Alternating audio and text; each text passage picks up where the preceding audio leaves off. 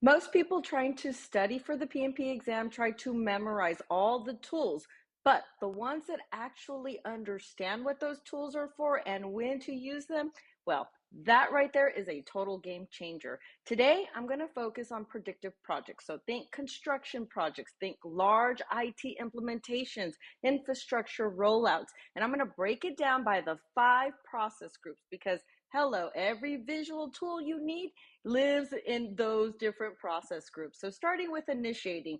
During the initiating phase, well, the project is just getting authorized. So the main tool here is going to be the stakeholder register, and that's going to map out who's involved, their interest, and how much influence they have on the project. So if you see on the exam, we're looking to establish the new stakeholders and they need to be identified, well, that usually starts in the initiating phase.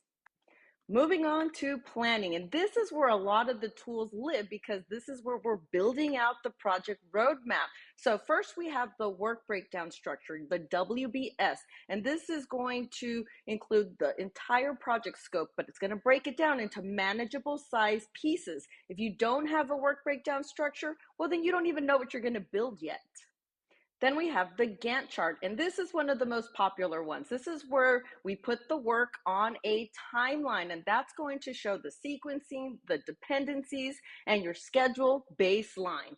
Then we move on to the network diagram, and this identifies your critical path. The critical path is the longest sequence of tasks driving your finish date. Anything on that critical path slips, well, guess what? Your project is going to slip. Moving on to the RACI chart, and this basically just maps out your team's work. In other words, who is responsible, who is accountable, who's consulted, and who's informed. And it answers one question: who owns what? Then we have the risk register, and that is paired with the probability and the impact matrix. Visually shows which risks need your attention right now. All right, let's move into executing, and this is where the work is in motion, okay? This is where you're really going to want to look at the resource histogram. It's basically a bar chart showing the resource usage over time, and it's going to tell you immediately if your team is overloaded or if they're sitting in idle, and that problem is going to chart pretty quickly.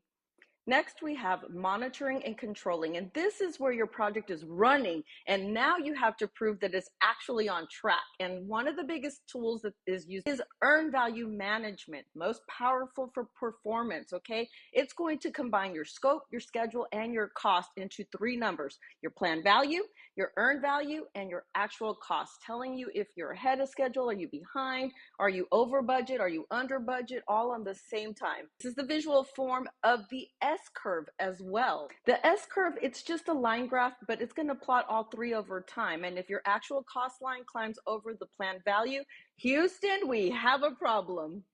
Moving on to the control chart, and this is a line chart that tracks progress performance over time against a center line, an upper and a lower control limits, okay? And this is going to tell you if your process is stable or if it's predictable. 7 consecutive points on one side of the center line, your process is out of control.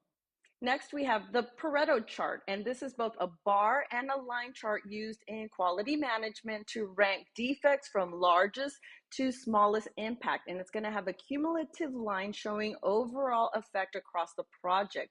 It's going to help the team to focus on corrective action on the few issues causing the most damage. And it helps answer questions like, which problem do we fix first?